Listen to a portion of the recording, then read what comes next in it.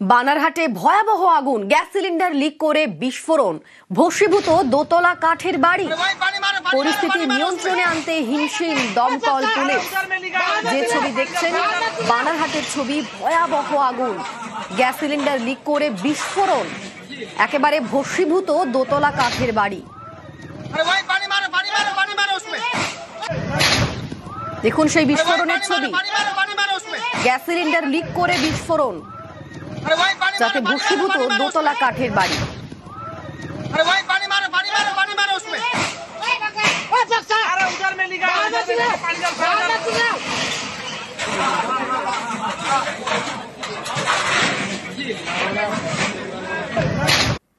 বেলডাঙ্গায় প্রস্তাবিত বাবরি মসজিদের জন্য দান, হুমায়ুনের প্রস্তাবিত মসজিদের জন্য টাকার পাহাড়।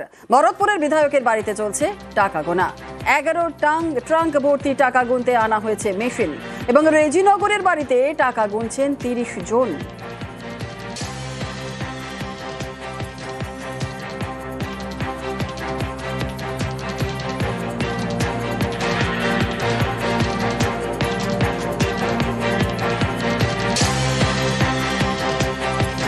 এসআইআর দুশ্চিন্তায় পানিহাটির একাধিক ভোটার। 2002-এর ভোটার হলেও 2025-এর লিস্টে নাম নেই, আর 2025-এর ভোটার তালিকায় নাম না থাকায় দুশ্চিন্তা।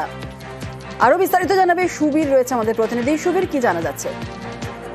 দেখো, পানিহাটি পৌরসভার 33 নম্বর ওয়ার্ডের একই পরিবারের 5 জন সদস্য, তাদের 2002-এর ভোটার কার্ড রয়েছে, কিন্তু এসআইআর এর 2025-এর যে ভোটার তালিকা, সেখানে একই পরিবারের 5 সদস্যের তাদের কিন্তু নাম নেই, এবং এই নিয়ে কিন্তু দুশ্চিন্তা এবং আতঙ্কে রয়েছেন এই এলাকার ভোটাররা। পাশাপাশি তোমাকে জানিয়ে রাখি, প্রদীপ রাহা নামে একজন ভোটার, তার 2002-এর ভোটার কার্ড রয়েছে, এবং 2002-এর ভোটার তালিকাতেও কিন্তু তার নাম রয়েছে। কিন্তু আশ্চর্যের বিষয়, যেখানে নির্বাচন কমিশন বলছে যে প্রায় একদম এসআইআর এর ফর্ম তাও কমপ্লিট হয়ে গিয়েছে, সেই জায়গা থেকে সেই ব্যক্তি প্রদীপ রাহা এখনো পর্যন্ত তিনি কিন্তু এসআইআর ফর্ম পাননি, অর্থাৎ বিএলও যিনি রয়েছে অফিসার, তিনি তাকে এসআইআর ফর্ম দেননি।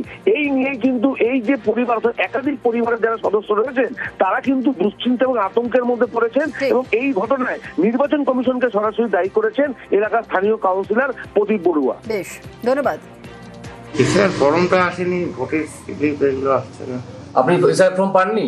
ভোটার কার্ড আছে, এই যে নাম আছে, একটু ভয় লাগবে। সবার ফর্ম আসছে, আমারটা আসেনি।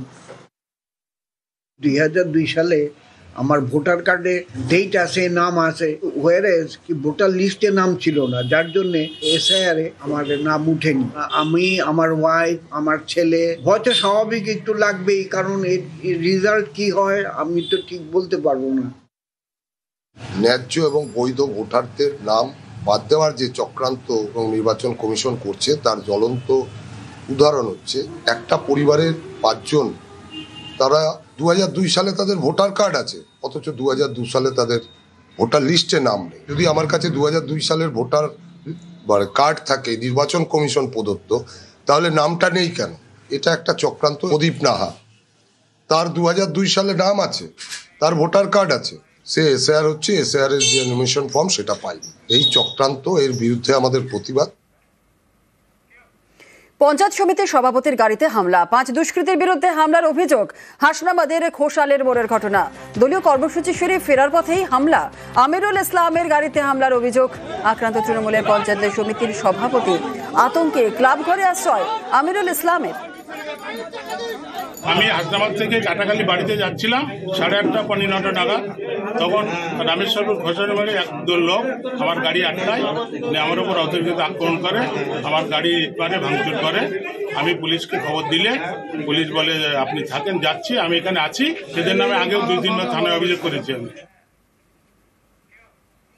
হাইকোর্টে গ্রুপ সি গ্রুপ ডি নির্দেশকে চ্যালেঞ্জ জানিয়ে সুপ্রিম কোর্টে এসেছে।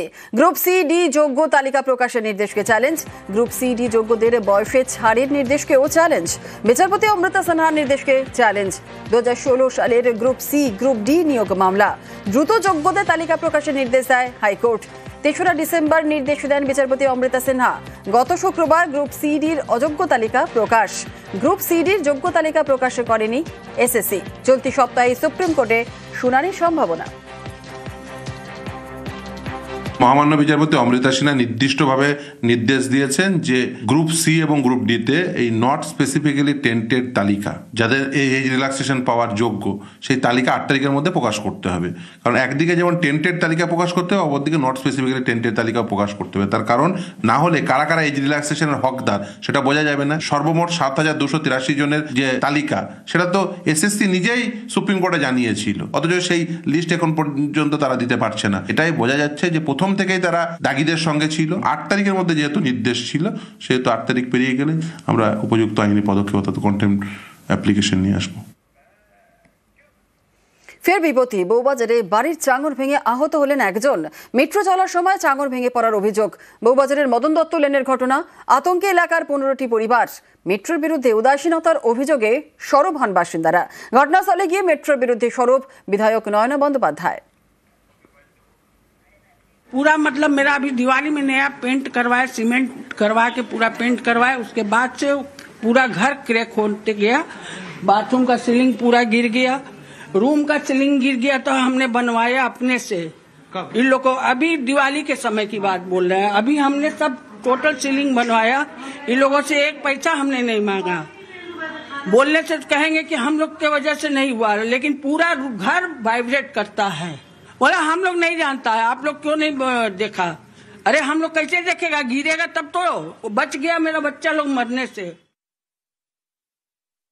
वो मलबा उनके ऊपर गिर गया, मेरे मामा का सर फट गया है और उनको कमर वगैरह में इंजरी आई है बहुत ज़्यादा। वो ऑलरेडी पेशेंट आदमी है।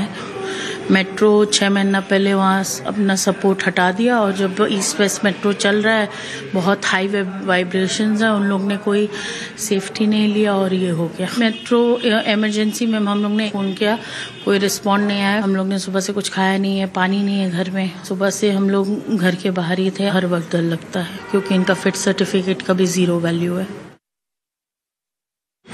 যখনই মানুষগুলোর সঙ্গে কথা বলবেন তখন বুঝবেন যে শুধু উদাসীনতা নয়, দুর্ব্যবহার যথেষ্ট করা হয় মেট্রো রেল কর্তৃপক্ষ থেকে। এবং একজন বয়োজ্যেষ্ঠ মানুষ যিনি যথেষ্ট অসুস্থ তার মাথায় পড়েছে। ওদের তো কোনো দোষ নেই, ওদের কি দোষ আছে? ওরা তো ওপরে থাকতো। আপনারা যদি এটাকে যদি প্ল্যান ওয়াইজে প্ল্যান চোখে করতেন তাহলে তো এই জিনিসটা হতো না। বা যখনই বুঝতে পেরেছিলেন যে নিচে জল আর মাটি আছে তখনই যদি আপনারা স্টপ হয়ে যেতেন তাহলে তো আজকে এই জিনিসগুলো হতো না। কত মানুষ আপনারা জানেন যে এইখান থেকে বেরিয়ে চলে গেছে, তারা আজ পর্যন্ত আসেনি। মানবিকতার দিক থেকে একেবারে 0। যদিও মেট্রো কর্তৃপক্ষের দাবি মেট্রো চলাচলের সঙ্গে এই ঘটনার সম্পর্ক নেই। এটা বাড়ির রক্ষণাবেক্ষণের সমস্যা। মেট্রো চলাচল হলে যাতে সমস্যা না হয় তেমন পরীক্ষা করেই পরিষেবা চালু আছে। KMRCL এর টিম ওই বাড়িতে যাবে এবং এর আগেও ওই বাড়ির সংস্কার করে দেওয়া হয়েছে। গত 2 বছর ধরে ওনারা ওখানেই আছেন। চিকিৎসার খরচ দেওয়া হবে। 107/B বিবি গাঙ্গুলি স্ট্রিট, বউবাজার, এবং সেখানেই বেলা 1টা নাগাদ একটি বাড়ির চাঙড় ভেঙে পড়ে। যে বাড়িতে আগে থেকেই বিম লাগানো ছিল, মেট্রো রেল কর্তৃপক্ষ আগে থেকে 6টি বিম সেই চাঙড়ের কাছে লাগিয়ে রেখেছিল চাঙড়ের গায়ে, কিন্তু 4টি বিম 6 মাস আগে খুলে নিয়ে যাওয়া হয়েছে এবং ফিটনেস সার্টিফিকেটও দেওয়া হয়েছিল। একজন মানুষ আহত হয়েছেন, তার নাম পাপ্পু সিং। তার ভাগ্নি যেমনটা অভিযোগ করছেন যে 6 মাস আগে যখন বিমগুলো খুলে নিয়ে যাওয়া হয়েছে সেই সঙ্গে ফিটনেস সার্টিফিকেট দেওয়া হয়েছিল, ঠিক তারপরে সেই 4টি বিমের যে জায়গা সেই জায়গা থেকে চাঙড়টা কিন্তু ভেঙে পড়ে এবং সেখানে আহত হয়েছেন পাপ্পু সিং। 17টি পরিবার থাকে এই বাড়িতে। 17টি পরিবারের মানুষজন তারা আতঙ্কে রয়েছেন। মেট্রো রেল কর্তৃপক্ষ একেবারে উদাসীন। তারা এই মুহূর্তে বিম এনে লাগানোর কাজ চলছে আবারও সেই ভেঙে যাওয়া চাঙড়ের কাছে, ভেঙে যাওয়া চাঙড়ের গায়ে। এবং এলাকার বিধায়ক নয়না বন্দ্যোপাধ্যায় তিনি ছুটে এসেছেন। তিনি এই পরিবারগুলিকে, আতঙ্কিত পরিবারগুলিকে আশ্বস্ত করছেন। তবে প্রশ্ন উঠছে মেট্রো রেল কর্তৃপক্ষ কেন তখন ফিটনেস সার্টিফিকেট দিয়ে গিয়েছিল, আর কেনই বা তাহলে আজ ভেঙে পড়ল এই চাঙড়? প্রশ্ন উঠবেই। ক্যামেরায় সনতের সঙ্গে সুদীপ্ত, নিউজ 18 বাংলা। সরকারি জমি দখল করে একের পর এক বাড়ি। নদিয়ার গয়েশপুরে চাঞ্চল্যকর অভিযোগ। সরকারি জমিতে থাকা বাসিন্দাদের দাবি প্রাক্তন পুরপ্রধান থাকার অনুমতি দিয়েছিলেন, যদিও তিনি মানতে নারাজ।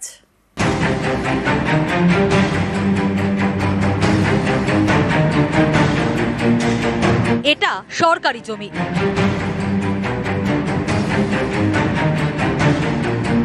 সরকারি জমিতে একের পর এক ঘরবাড়ি। নদিয়ার গয়েশপুর পুরসভার 17 নম্বর ওয়ার্ড, এখানে টিবি হাসপাতালের কাছে এই সরকারি জমি। অভিযোগ, এই সরকারি জমি দখল করেছে প্রায় 300টি পরিবার।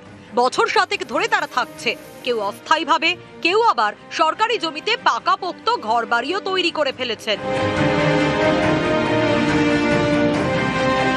এখানকার বাসিন্দাদের দাবি, সরকারি জমিতে থাকার অনুমতি দিয়েছিলেন গয়েশপুরের প্রাক্তন পুরপ্রধান মরণ কুমার দে।